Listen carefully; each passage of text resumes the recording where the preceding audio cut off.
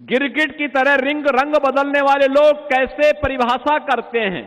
P की परिभाषा पहले पिछड़े से, फिर पी की परिभाषा पंडित से, और आप देखना एक दिन वे पी की परिभाषा पाकिस्तान से भी कर देंगे। ये वही लोग हैं। हमें दुख हुआ था और अत्यंत कष्ट हुआ था। मैंने प्रदेश में पिछले 9 वर्ष में 3 पूर्व मुख्यमंत्रियों के मृत्यु होने पर तीनों के कार्यक्रमों में भाग लेने का मुझे अवसर प्राप्त हुआ, और तीनों अलग अलग दल के थे। एक सरदेव बाबूजी हमारी पार्टी के नेता, हम सबके लिए प्रेरणा स्रोत, उनका दुखद निधन होता है।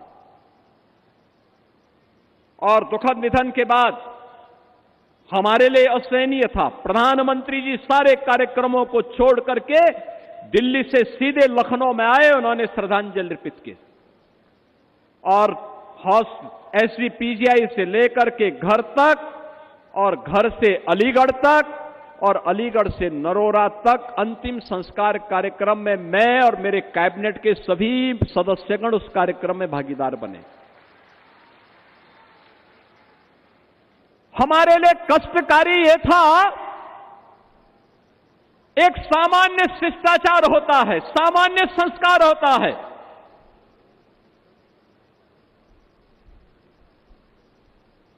मायावती जी ने आकर के उस दायित्व का निर्वहन किया और बाबूजी को उन्होंने श्रद्धांजलि दी। लेकिन दुर्भाग्य कितना शर्मनाक था। समाजवादी पार्टी के मुखिया ने कितना द्वेष वे हमारे नेता से रखते हैं, कितना द्वेष रखते हैं। उन्होंने बाबूजी को प्रत्यक्ष जाकर के श्रद्धांजलि देने की बजाय शब्दों से भी नहीं कोई कुछ व्यक्त किया। बहनों और भाइयों, इससे बड़ा अपमान ये जातीय अपमान है, और ये हर उस हिंदू का अपमान है जिसको लगता है कि बाबूजी का जीवन सनातन मूल्यों के लिए, हिंदू गौरव के लिए समर्पित था।